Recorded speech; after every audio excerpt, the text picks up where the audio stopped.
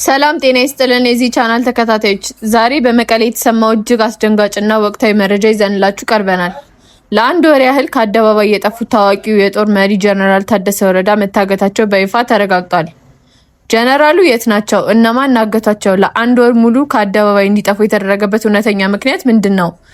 ታማኙ የፈረንሳይ ጋዜጣ አፍሪካ ኢንተለጀንስ ምን አስደንጋጭ ሚስጥር ይፋ አደረገ? እነዚህንና ተያያዥ ዝርዝር መረጃዎችን በአሁኑ ዜና ትንታናችን በሰፊው እንመለከታለን። ለቻናላችን አዲስ የሆናችሁ ሰብስክራይብ በማድረግ ቤተሰብ እንድትሆኑ፣ ቪዲዮውን ደግሞ ላይክ እንድታደርጉ በትህትና እንጠይቃለን።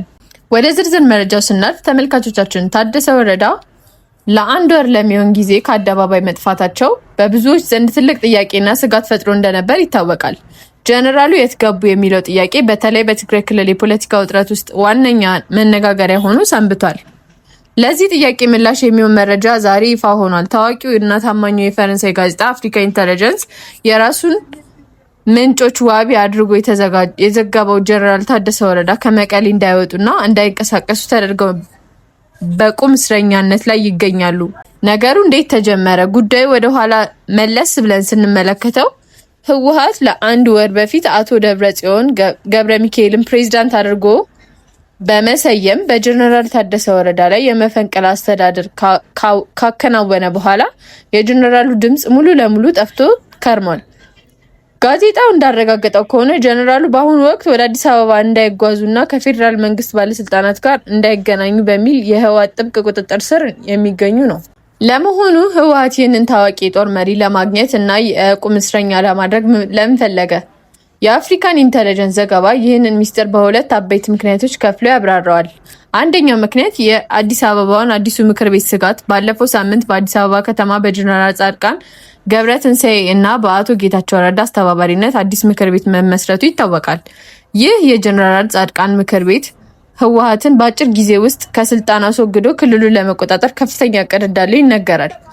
በመሆኑም ህወሓት ጀነራል ታደሰ ወደ አዲስ አበባ ኮብልለው ከአዲስ አበባ ምክር ቤት ጋር እንዳይቀላቀሉና ጥምረት እንዳይፈጥሩ ከፍተኛ ስጋት ስላደረበት ቀድሞ እገታ ውስጥ ገብቷል።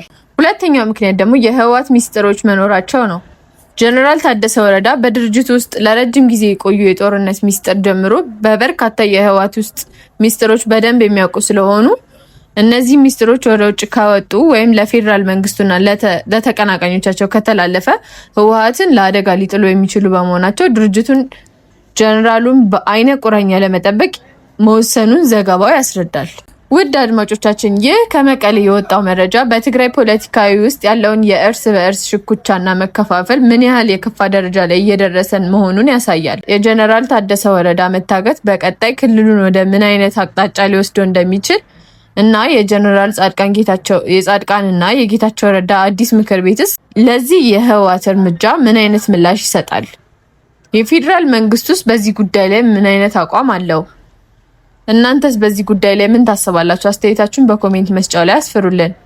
ቪዲዮውን ከወደዳችሁት ላይክ በማድረግ ለሌሎችም እንዲደርስ ሼር በማድረግ ለቻናላችን አዲስ የሆናችሁ ደግሞ ሰብስክራይብ በማድረግ ሁልጊዜ የምናወጣቸውን ወቅታዊና ትኩስ መረጃዎችን በፍጥነት ለማግኘት ትችላላችሁ። ስለተከታተላችሁን ከልብ እናመሰግናለን። በሌላ ወቅታዊ መረጃ እስከምንገናኝ ደህና ቆዩ።